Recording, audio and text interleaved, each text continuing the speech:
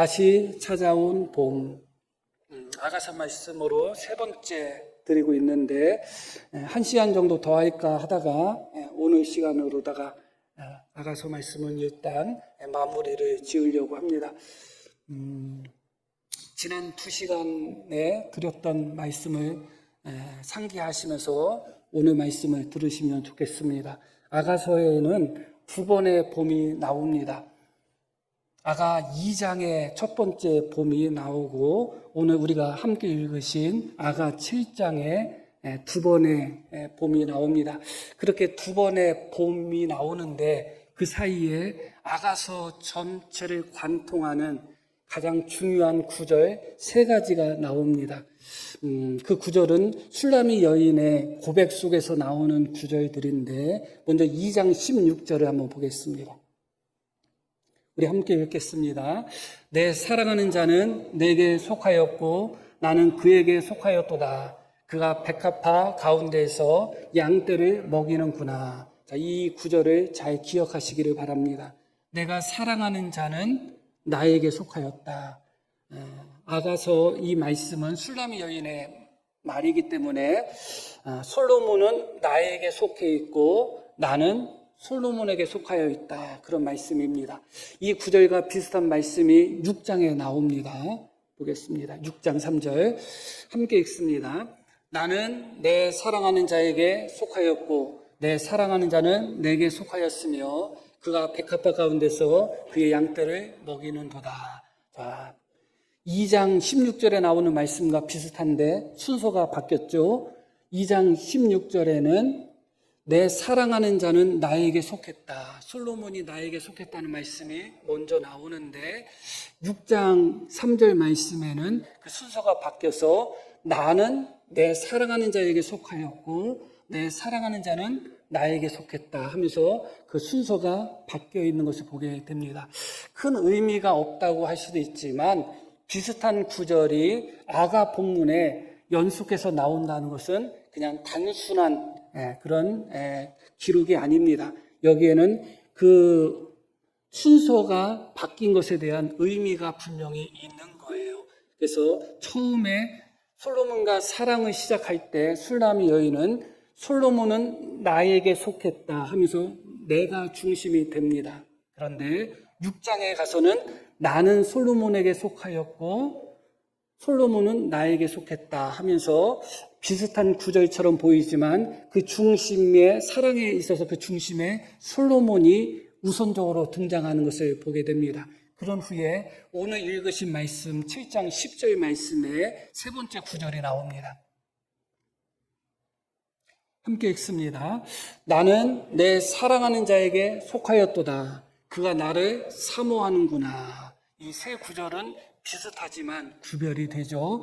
첫 번째 2장에 나오는 구절은 술라미 여인 자기 우선권, 자기 중심의 사랑인 것을 우리는 알게 되고 두 번째 6장에 나오는 것은 솔로몬 중심으로 그 사랑이 옮겨간 것을 보게 됩니다. 그러나 이 7장 10절은 누구 중심인가가 중요하지 않습니다. 나는 내 사랑하는 자에게 속하였다 하고 여기서 마무리가 됩니다. 솔로몬은 나에게 속했다 하는 말씀이 여기에는 등장하지 않습니다. 그는 나의 것이다. 그것이 등장하지 않아요. 나는 그의 것이 될 수 있지만 그 사람은 내 것이다. 그런 말씀이 나오지 않아요. 이 7장 10절은 철저하게 자기 자신을 부인하는 철저한 헌신적인 사랑을 보여주고 있는 것입니다. 이 세 가지 구절이 아가서 전체를 관통하고 있고 술라미 여인의 사랑을 보여주고 있는 구절이고 첫 번째 봄과 두 번째 봄 사이에 주어진 그런 말씀들이라는 것을 기억할 필요가 있습니다. 첫 번째 봄을 맞이했을 때 술라미 여인은 자기 중심의 사랑을 갖고 있었습니다.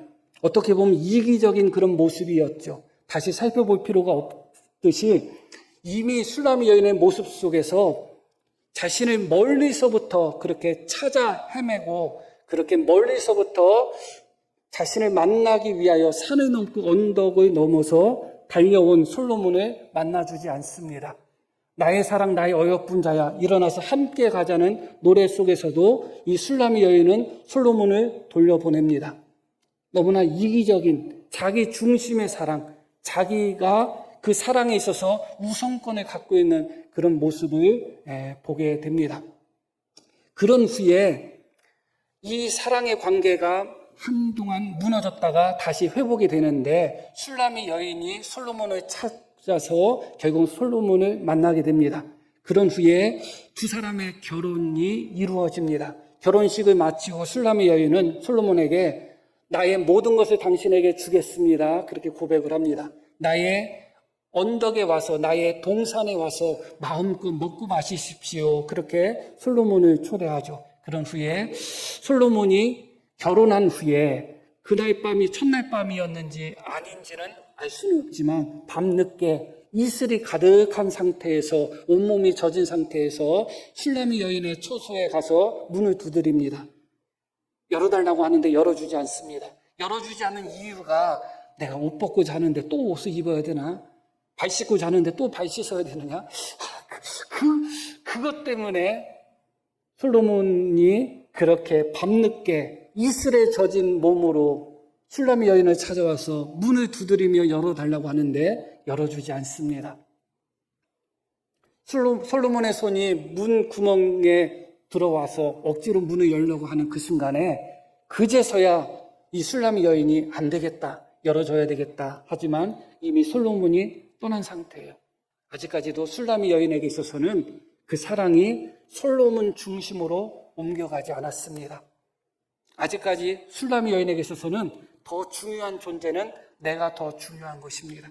사랑하는 사람이 나와 함께 하기 위해서 그 밤에 이슬이 다 젖은 상태에서 나를 만나기 위하여 찾아와서 문을 두드리는데 내가 옷 벗은 게 다시 옷 입는 게 뭘 그렇게 귀찮다고 내가 옷을 벗었는데 다시 입을 수 있으랴 내가 발을 씻었는데 다시 더럽힐 수 있으랴 그러면서 솔로몬을 외면하고 있죠. 철저하게 자기 중심이었고 철저하게 이기적인 사랑의 모습이었던 것입니다. 술람의 여인의 사랑은 아직까지도 내가 중심이 되는 사랑이었고 내가 좋아야 되는 사랑이었고 내가 이익이 되는 사랑이어야 되고 내 감정이 더 중요한 사랑이고 내 몸이 더 중요한 사랑이었지 솔로몬의 마음, 솔로몬의 감정, 솔로몬의 몸, 솔로몬의 욕구 그것이 더 중요한 상태가 아니었습니다. 솔로몬은 나에게 속한 자였습니다.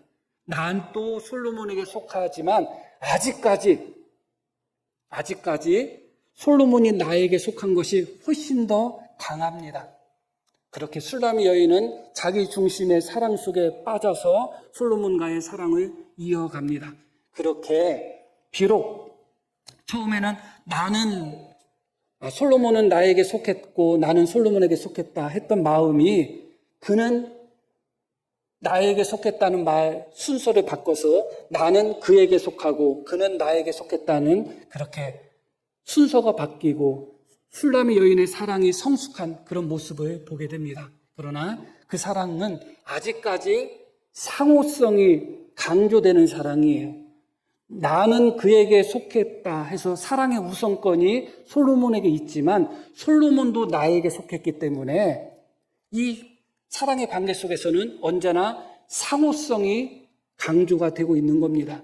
내가 무엇을 줬으면 나는 너에게 속했기 때문에 내가 너에게 무엇을 주면 너도 나에게 속했기 때문에 나에게 무엇을 줘야 돼. 그런 마음입니다.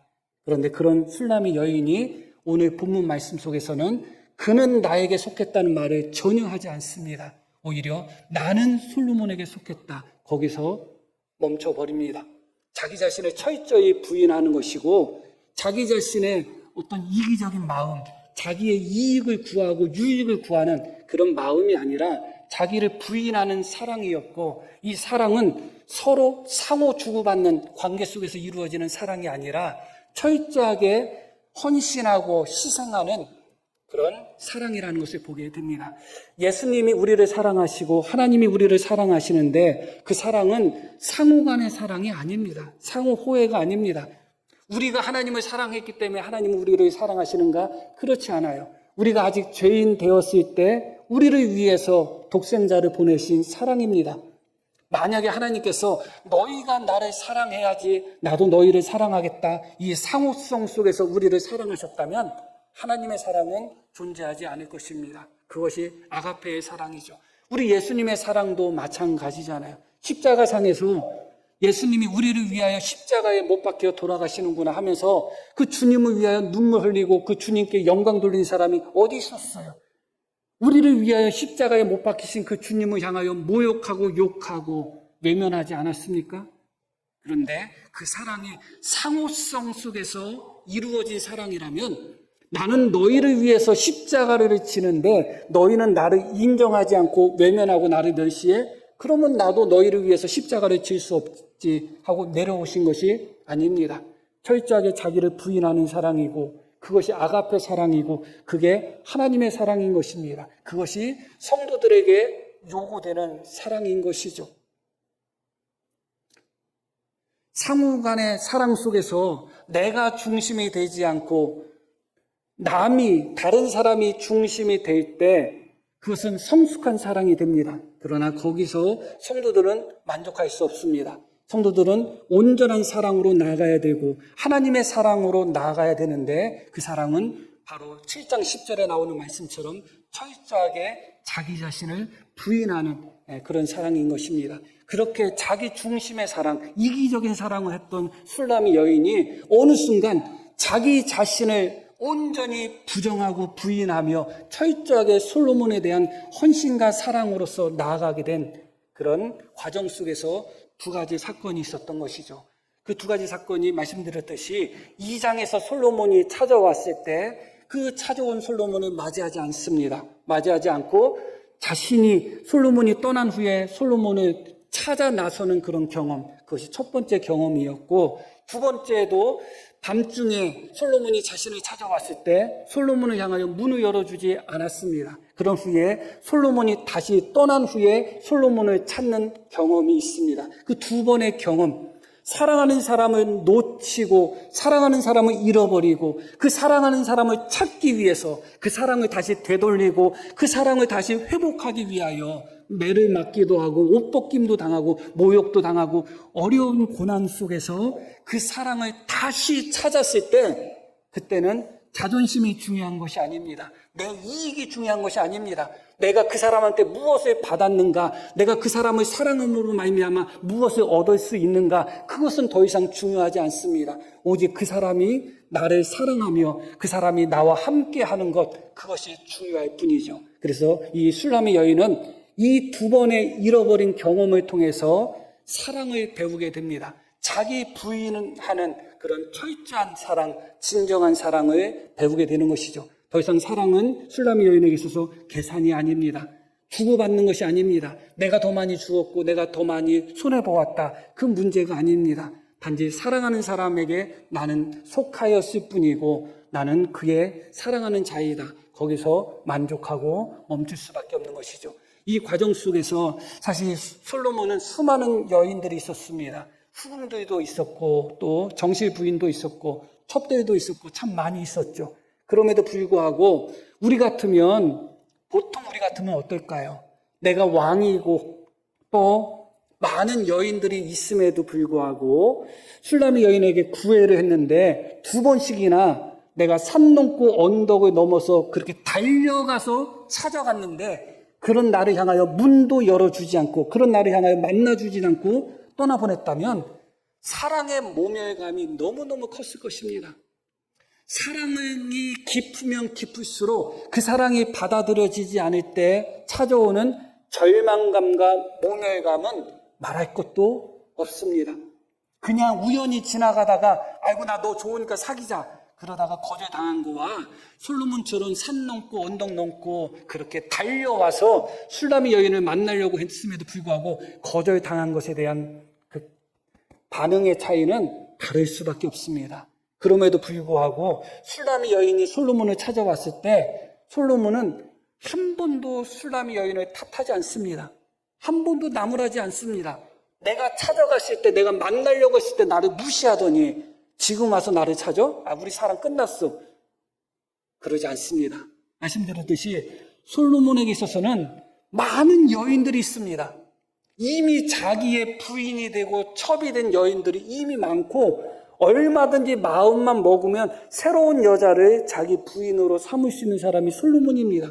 무엇이 아쉽기에 자기를 무시하고 자기 사랑을 멸시하고 그렇게 자기를 돌려보낸 술람의 여인을 뭐 때문에 다시 받아들일 필요가 있겠어요. 그럼에도 불구하고 솔로몬은 그 술람의 여인을 아무 조건 없이 받아들입니다. 그러고 나서 한밤중에 이미 결혼한 상태의 술람의 여인을 솔로몬이 찾아가서 문을 두드리고 심지어 문틈 사이에 손을 집어넣으면서 억지로라도 들어가려고 할 정도로 술람의 여인을 사랑하고 함께 하려고 했음에도 불구하고 그날도 어떻게 했어요? 그 밤중에 이슬이 젖은 상태에서 술람의 여인을 만나러 온 솔로몬을 술람의 여인은 역시 머뭇머뭇거리다가 돌려보냅니다. 그러면 우리 같으면 여기서 착하신 분은 또 안 그럴 수도 있겠지만 우리 같으면 여기서 끝입니다. 사실은 네가 2번씩이나 나를 이렇게 무시해? 너 아니면 여자가 없어? 이건 솔로몬이 할 수 있는 말이에요. 우리는 못하는 말이지만 엄청 많어. 그러겠죠. 그런데 그렇게 떠난 솔로몬을 다시 만나기 위하여 술람의 여인이 찾아 헤매다가 결국 만났습니다. 만났는데 그렇게 자신을 어떤 의미에서 사랑의 모멸감, 사랑의 거부감을 주면서 자신을 떠나보냈던 술람의 여인을 다시 만났을 때 솔로몬은 술람의 여인에게 한마디 나무람이나 탓함이 없습니다. 오히려 너무 아름답고 너무 좋고 너무 이쁘다 하는 찬사밖에 없습니다. 이 모습 속에서 하나님과 우리 사이의 모습을 또 생각하게 됩니다. 그 자리에서 그렇게 기다리고 계신 하나님이 있기 때문에 우리가 때로는 믿는 자로서 말도 안 되는 자존심도 부리고 믿는 자로서 말도 안 되는 삐짐도 하고 믿는 자로서 말도 안 되는 그런 하나님을 떠나는 행위를 할 때도 있습니다. 그러나 다시 돌아가면 하나님의 그 자리에서 그대로 맞이하시는 것을 우리는 경험하게 되죠. 그러나 습관이 돼서는 안 됩니다. 광야 이스라엘 백성들이 왜 그렇게 원망불평을 많이 했을까요? 습관이 돼서 그렇습니다. 한 번이 어렵지 2번, 3번은 그 다음부터는 습관이 되고 자연스럽게 나타나게 됩니다.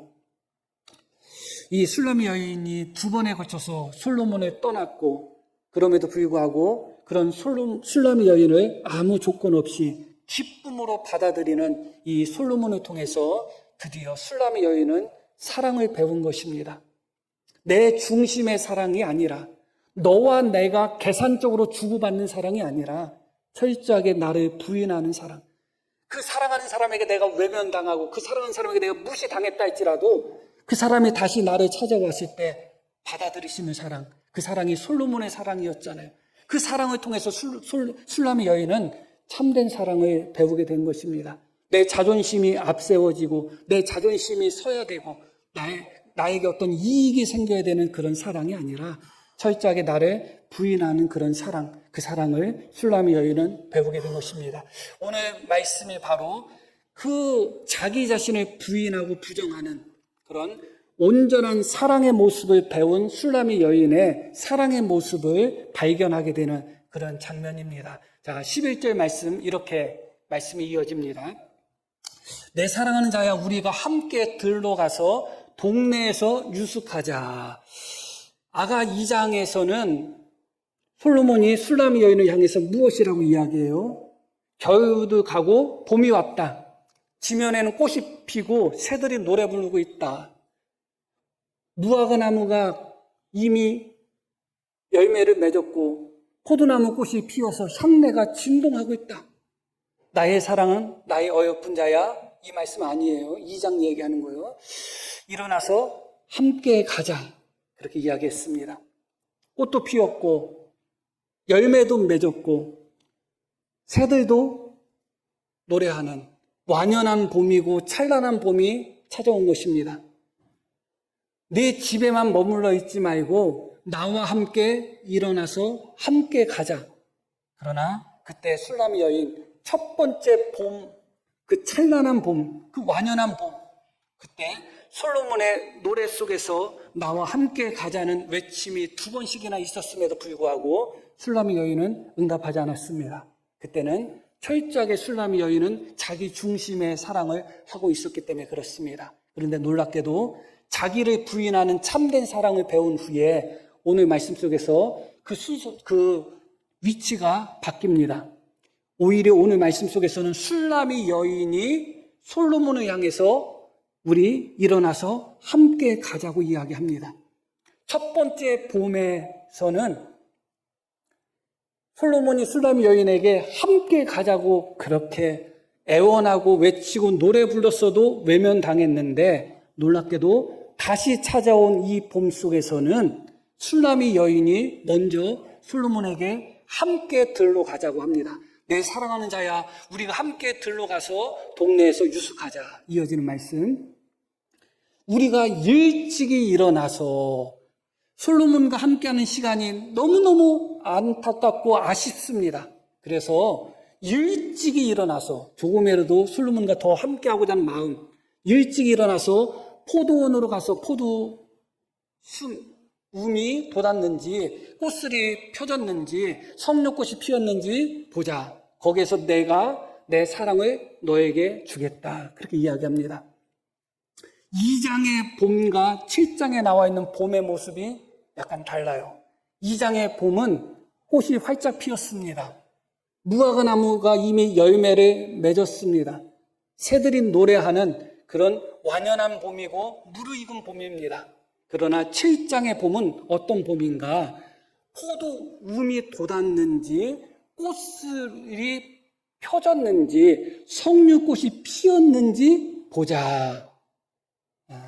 그 벚꽃철이 다가오면 벚꽃 폈나? 그렇게 한 주, 2주 전부터 그렇게 이야기하죠. 이미 벚꽃이 다 펴서 만개하고 벚꽃이 진 상태에서 그런 반응을 보이지 않아요. 포도 움이 돋았는지 꽃술이 펴졌는지 석류꽃이 피었는지 가서 보자는 얘기는 무슨 의미예요? 아직 완연한 봄이 아니다. 봄의 시작이다. 이른 봄이다. 첫 번째 솔로몬이 술라미 여인을 향하여 봄이 찾아왔으니까 일어나서 함께 가자고 할 때는 이미 봄이 한참이고 가장 아름다울 때예요. 여기저기 꽃이 피고 여기저기 새들이 노래하고 여기저기 아름다운 열매들이 맺은 찬란한 봄이고 완연한 봄이었습니다. 그러나 그런 찬란한 봄, 완연한 봄이 찾아왔을 때 술라미 여인은 솔로몬과 같이 하지 않았어요. 그리고 드디어 다시 한번 봄이 찾아오는데 아직 봄이 완연하게 시작되지 않았습니다. 지금 봄이 시작하려고 하는 그런 순간입니다. 이른 봄이죠. 아직 봄을 만끽하기에는 너무 일러요. 조금 있다가 조금 더 지나서 꽃이 활짝 피고 열매가 맺고 그랬을 때 그 봄을 만끽하면 좋습니다. 그런데 술라미 여인은 이제 자기 자신을 부인하는 참된 사랑을 배운 후에 솔로몬과 함께하는 그 시간을 조금이라도 더 갖고 싶습니다. 아직 봄이 온전히 찾아오지 않았다 할지라도 아직 포도가 순조차 제대로 나지 않았고 아직 꽃술조차 제대로 펴지지 않고 아직 석류꽃이 제대로 피지 않아서 아직은 추운 날씨고 아직은 봄이 제대로 찾아오지 않았다 할지라도 술라미 여인은 솔로몬과 함께하고 싶은 것입니다. 왜 그럴까요? 술라미 여인 마음속에 이미 사랑의 꽃이 피었고 이미 사랑의 봄이 활짝 펴져 있었기 때문에 그렇습니다. 2장에서는 외부적인 바깥의 환경은 완연한 봄이었고 여기저기 꽃이 피어있고 여기저기 열매가 맺혀있는 찬란한 봄이었지만 아직 술라미 여인의 마음에 사랑의 꽃은 피지 않았고 사랑의 열매는 맺어지지 않았습니다. 그렇기 때문에 눈에 보이는 자연은 봄이 왔지만 술라미 여인 마음속에는 봄이 오지 않았기 때문에 사랑의 봄이 찾아오지 않았기 때문에 외부적인 조건과 환경은 좋다 할지라도 솔로몬과 함께 하지 않았습니다. 그러나 7장에 다시 찾아온 봄은 아직 너무 이른 봄이고 너무 일찍 그 봄을 만끽하기에는 시간적으로 너무나 빠른 시간이었지만 이미 술라미 여인 마음속에는 솔로몬을 향한 그 사랑이 만개한 상태입니다. 더 이상 지체하고 싶지 않아요. 눈에 보이는 봄이 얼마나 완연한지 더 이상 중요하지 않아요. 눈에 보이는 봄에 꽃이 아직 안 폈다 할지라도, 순이 아직 나지 않았다 할지라도 중요하지 않습니다. 내 안에 솔로몬을 향한 사랑의 꽃과 열매가 무르익었다는 것이 중요한 것이죠. 믿음도 마찬가지고 사랑도 마찬가지입니다. 언제나 믿음과 사랑의 가장 공통적인 특징은 무엇이냐? 눈에 보이는 환경을 초월한다는 거예요. 눈에 보이는 환경이 아무리 무르익고 아무리 완벽하다 할지라도 내 마음이 주님을 향하여 믿음의 꽃이 피지 않고 주님을 향한 사랑의 꽃이 피지 않았다면, 조건이 아무리 좋고 환경이 아무리 좋아도 결코 주님을 사랑하거나 주님 앞에 가까이 가지 않습니다. 그러나 눈에 보이는 환경이 아무리 어렵고 힘들고 아직 꽃이 피려면 멀었고 아직 열매 맺으려면 멀었던, 아직은 찬바람이 부는 그런 환경이고 그런 여건이라 할지라도 내 마음속에 주님을 향한 사랑의 꽃과 믿음의 꽃이 활짝 펴 있다면 그건 더 이상 문제될 것이 없습니다. 이제 술람의 여인은 그 마음속에 진정으로 사랑의 꽃이 피기 시작하고 사랑의 열매가 맺어지기 시작했습니다. 바깥에는 아직 봄이 찾아오지 않았지만 술람의 여인 마음속에 사랑의 봄은 이미 무르익었습니다. 그렇기 때문에 솔로몬을 향하여 일찍 일어나서 함께 우리가 갑시다. 포도움이 돋았는지 꽃술이 펴졌는지 석류꽃이 피었는지 거기서 한번 봅시다. 그렇게 이야기합니다. 그러면서 뭐라고 이야기해요?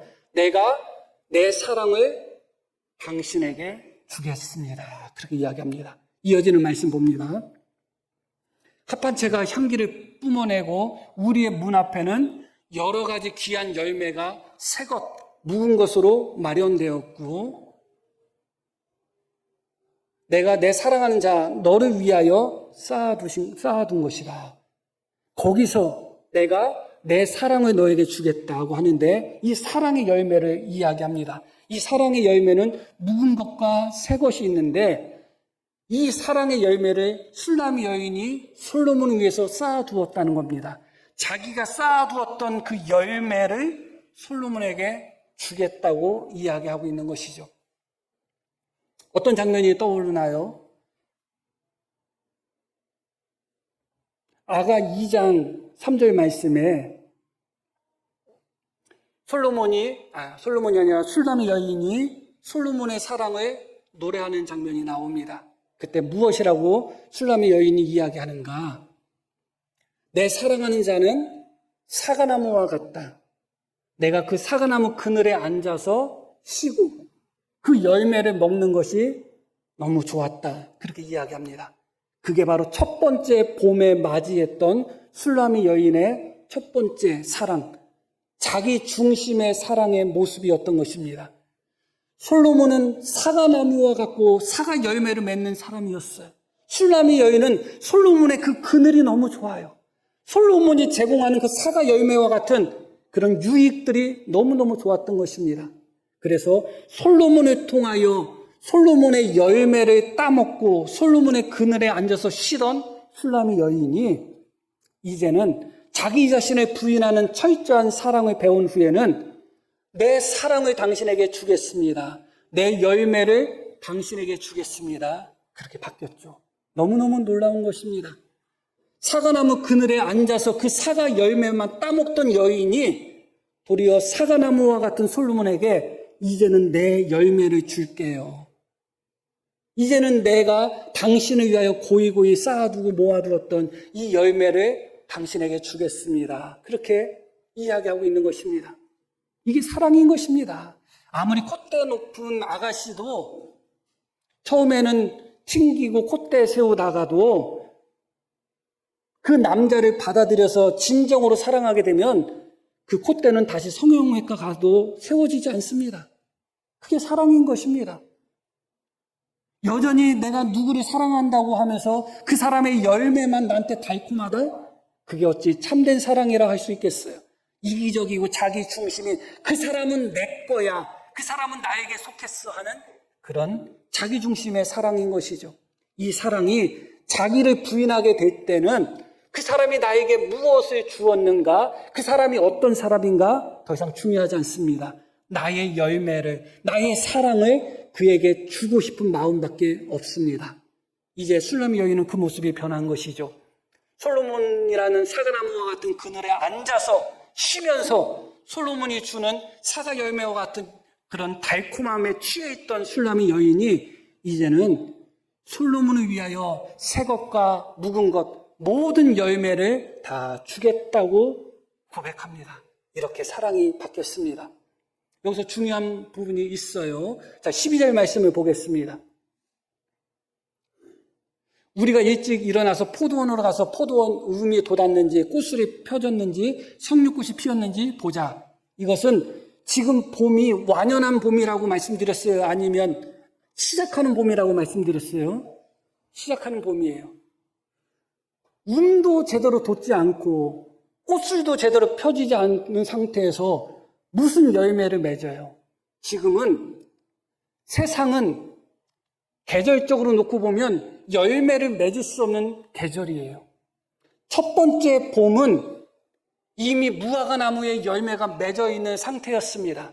그러나 두 번째 이 봄은 이른 봄입니다. 다시 찾아온 이 봄은 아직 꽃도 제대로 펴지지 않은 열매를 맺기에는 너무 이른 봄이었어요.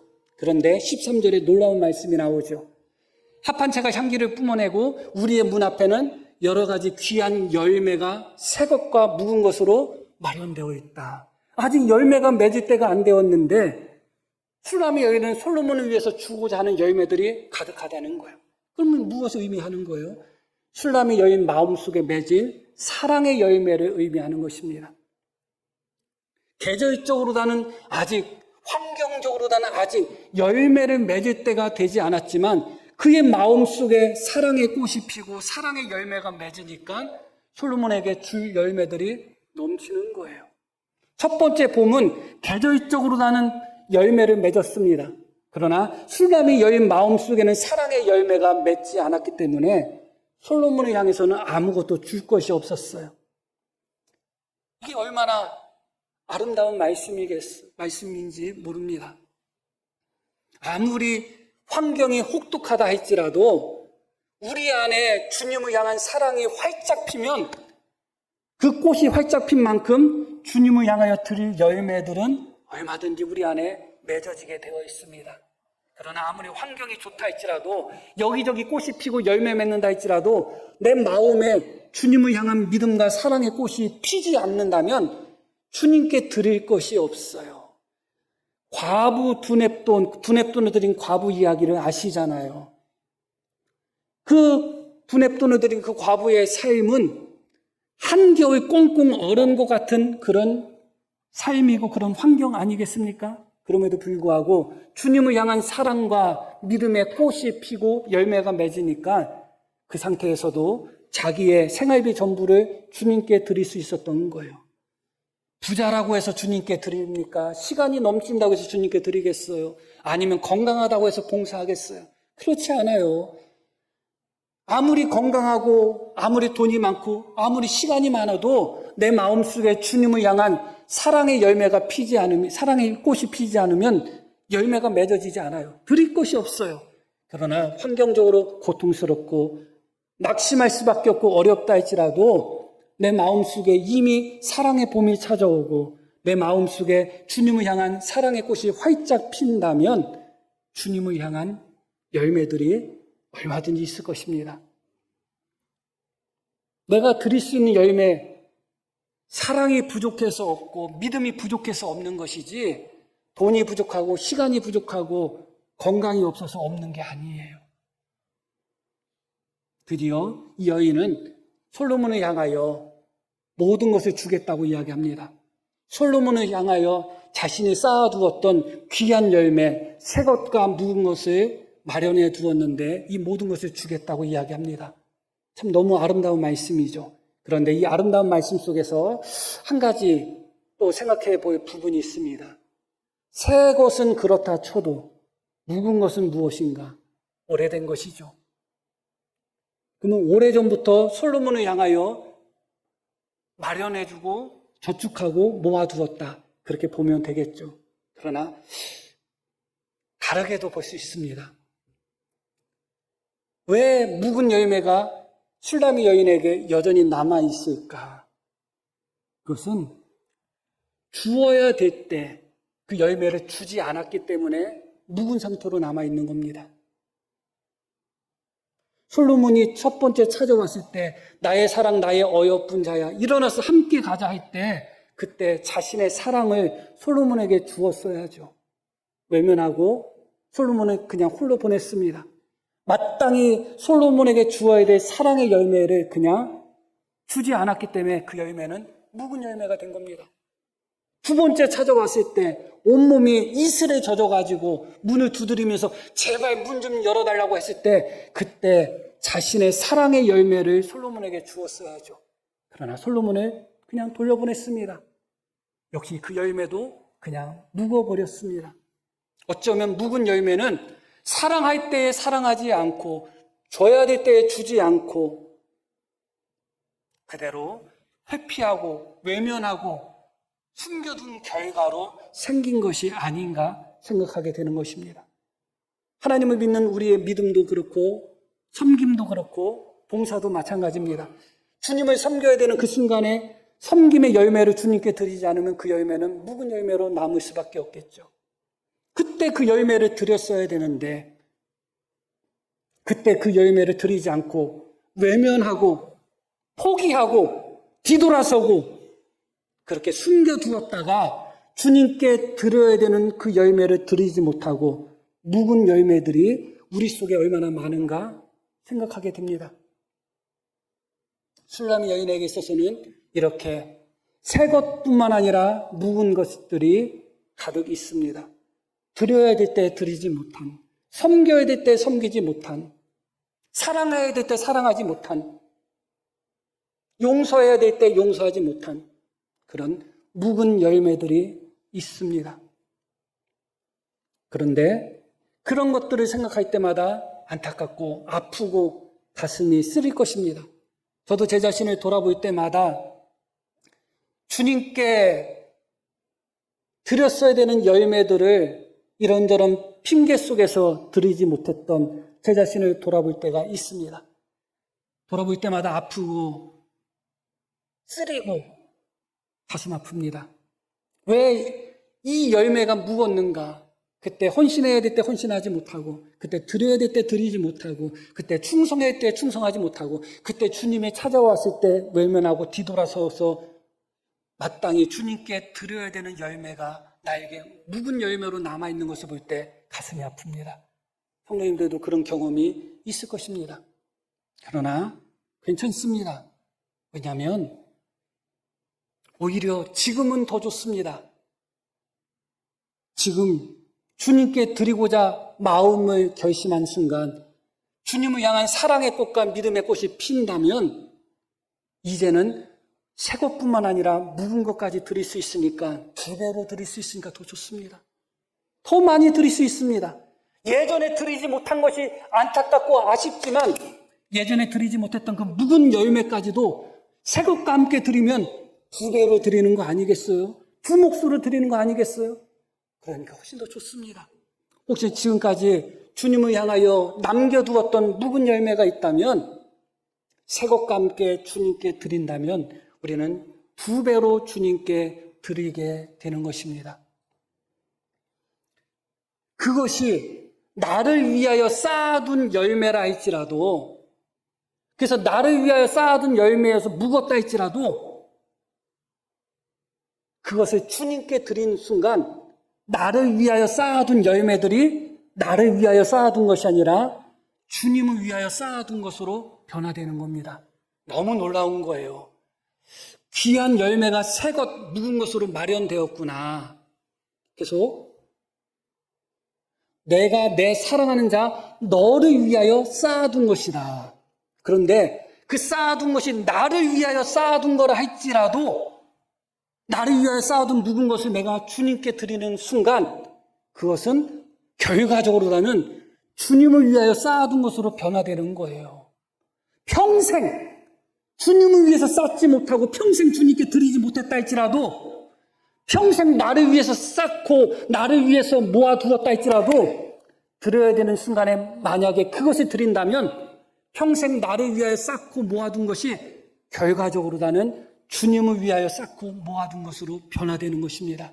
얼마나 놀라운 진리의 말씀이고 은혜의 말씀인지 모르겠습니다. 그러나 반대로 나는 주님을 위해서 드리겠다고 하면서 쌓아두기만 하고 드리지 못했다면, 내가 주님을 위해서 쌓아두었다 하지만 결과적으로 계속 쌓아두고 주님께 드리지 못한다면, 어쩌면 그 쌓아둠은 입으로다는 말로다는 주님을 위해서 쌓아두었다고 하지만 나를 위해서 쌓아둔 것이 될 수밖에 없다는 것, 다시 한번 기억할 필요가 있습니다.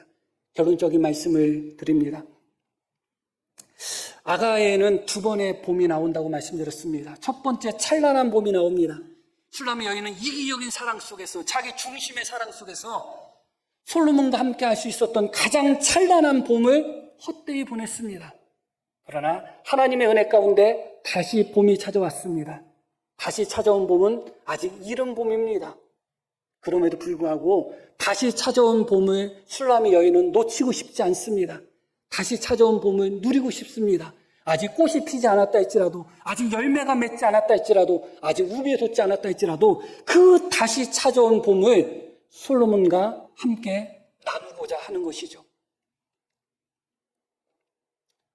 우리 성도님 중에 아직이라고 표현하면 이상하지만 두 분이 결혼해가지고 부부가 같이 잘 사시는 분 중에 지금 겨울을 경험하신다면 잃어버렸던 봄을 하나님이 다시 회복시켜 주시기를 바랍니다. 신혼 때 죽으라고 싸우기만 했잖아요. 가장 찬란한 봄에 싸우기만 했잖아요. 다시 아내와 남편과 다시 새로운 봄이 시작됐으면 좋겠습니다. 우리의 믿음도 마찬가지입니다. 하나님이 첫사랑의 은혜 가운데 믿음의 봄, 찬란했던 봄 다 흘려보냈잖아요. 다시 하나님께서 믿음의 새로운 봄을 허락하여 주신다면 놓치지 마시기를 바랍니다. 우리 교회를 놓고 봅니다. 이미 우리 교회는 인정하던 인정 안 하던 하나님이 허락하신 찬란한 봄을 잃어버렸습니다. 무엇 때문에 잃어버렸는지 단정 지을 수는 없다 할지라도 다시 봄을 하나님께서 우리 교회에 허락하여 주신다면 소망해야 되겠죠. 놓치지 말고 잃어버리지 말아야 되는 것입니다. 잃어버린 봄은 한 번으로 족합니다. 주님을 향한 우리의 사랑의 봄, 주님을 향한 우리의 믿음의 봄, 우리 교회를 향한 하나님의 귀한 은혜의 봄, 그 찬란한 봄을 한 번 놓쳤다면 아직 봄이 완연하지 않다 할지라도 움이 돋는 것만 보아도, 꽃들이 피려고 하는 것만 보아도 그 봄을 꽉 붙들고 다시 한번 우리의 믿음을 시작할 수 있는 우리 모두가 되기를 주님의 이름으로 축복합니다. 자, 우리 들으신 말씀 기억하며 함께 기도하겠습니다.